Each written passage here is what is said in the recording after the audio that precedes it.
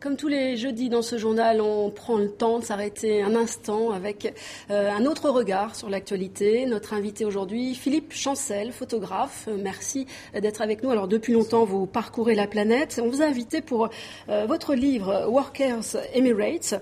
Alors ces workers, ce sont un peu les oubliés de Dubaï. Dubaï qui ne serait pas celle qu'elle est aujourd'hui sans ces travailleurs de l'ombre, ces fantômes comme vous les qualifiez.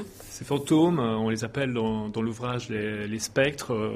Ils ont à la fois une valeur spectrale, mais aussi une vraie valeur humaine. En fait, ce sont un peu les héros, même si ce sont aussi les oubliés et les travailleurs de l'ombre, comme vous venez de le dire. Ce sont des personnages très, très intrigants, comme on peut le voir sur ces images. Ce qui est frappant, justement, c'est qu'on les voit et ils sont masqués. Ce n'est pas la tenue obligatoire, mais presque, parce que ça, c'est surtout à cause du climat. Voilà, ça répond. Mais est-ce que c'est aussi parce qu'ils veulent rester anonymes? Voilà, on se pose la question. On se pose la question. On se pose la question de savoir aussi si ce sont finalement des intégristes, des terroristes, des indignés ou des simples travailleurs. Ça répond à la fois à des aspects évidemment pratiques, qui sont la chaleur accablante, qui existe dans ces Émirats, à Dubaï ou à Abu Dhabi. Des chaleurs de 50 degrés à l'ombre qui sont quasiment inhumaines. Et puis aussi, peut-être une manière de se préserver finalement du regard des autres pour garder leur dernier, périmètre de dignité, d'identité, de personnalité. Voilà. D'où vous est venue cette idée de faire ce travail et comment vous avez pu les approcher?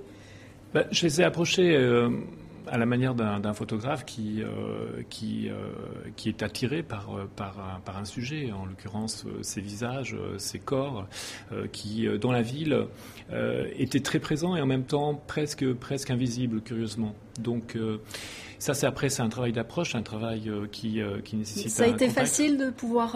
Ça n'a pas été facile pour plein de raisons, parce que les chantiers sont quand même un peu des zones un peu gardées, les chantiers, mais aussi, comme vous l'avez vu aussi dans l'ouvrage, les camps de travail où ils sont justement, en fait, j'allais dire parqués. On voit quelques-uns de vos clichés à l'écran. Ils sont combien? Qui sont-ils? D'où viennent-ils? Alors ils sont nombreux, c'est difficile d'avoir des chiffres exacts, mais on les évalue à des centaines de milliers de travailleurs qui viennent la plupart du continent indien, en fait, beaucoup d'Indiens du Kerala, beaucoup de Pakistanais, mais il y a aussi des Malaisiens, il y a des Indonésiens, il y a des Chinois. En réalité, mais peu d'Africains, j'ai pu le constater. Alors le salaire mensuel, c'est aux environs de 120 €? Oui, 120, 150 € qui leur permettent juste de survivre en fait un peu sur place, et c'est un peu après l'appel du rêve quand même d'aller travailler dans un pays émergent comme les Dubaï. C'est un peu le mirage qui s'avère qu'ils essayent de réaliser, mais en définitive ils s'aperçoivent que il y a eu un peu une sorte de tromperie sur le deal. Alors ils sont organisés comme l'armée, vous dites, c'est des brigades par couleur, ils ont des codes couleurs, certains sont bien délégués à certaines fonctions, certains sont chauffeurs, certains sont dans le bâtiment. Oui, ils ont tous leur rôle bien déterminé. Et en fonction effectivement de l'usage qu'on en fait sur les chantiers, ils ont différentes tenues, on voit par exemple, différents uniformes. Ils sont habillés en rouge, donc j'imagine que c'est. Alors ça, c'est des travailleurs qui travaillent dans le béton, ça par exemple, qui travaillent en fait et dans l'aspect urbanistique. D'autres qui sont là pour monter en fait les niveaux, les étages dans les tours.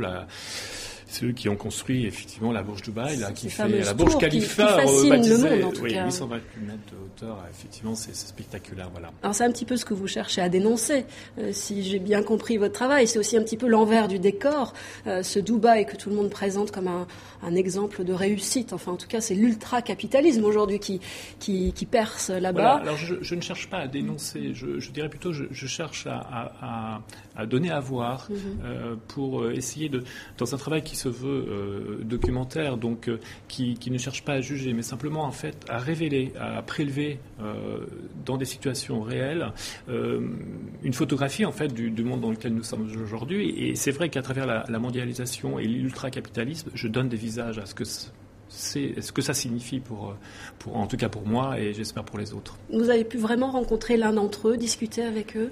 Bien entendu, mais on parle, mais j'allais dire que la discussion vient après. L'important, c'est d'abord l'image. Et je pense que le dialogue doit passer justement à travers l'idée que faire un portrait, c'est pas voler en fait une identité, mais c'est donner quelque chose pour eux comme pour nous, c'est-à-dire nous donner à voir également. Voilà. Merci. Et j'en suis un peu j'espère un peu le vecteur. Voilà. Merci beaucoup Philippe Chancel d'avoir accepté notre invitation et nous avoir fait partager donc votre travail à Dubaï. Je rappelle donc le titre de ce livre, Workers Emirates. C'est aux éditions Philippe Chavot, et il était précédé d'un autre livre, Desert Spirit, que je montre ici à l'écran. Merci beaucoup et bonne continuation donc dans vos prochaines enquêtes et travaux.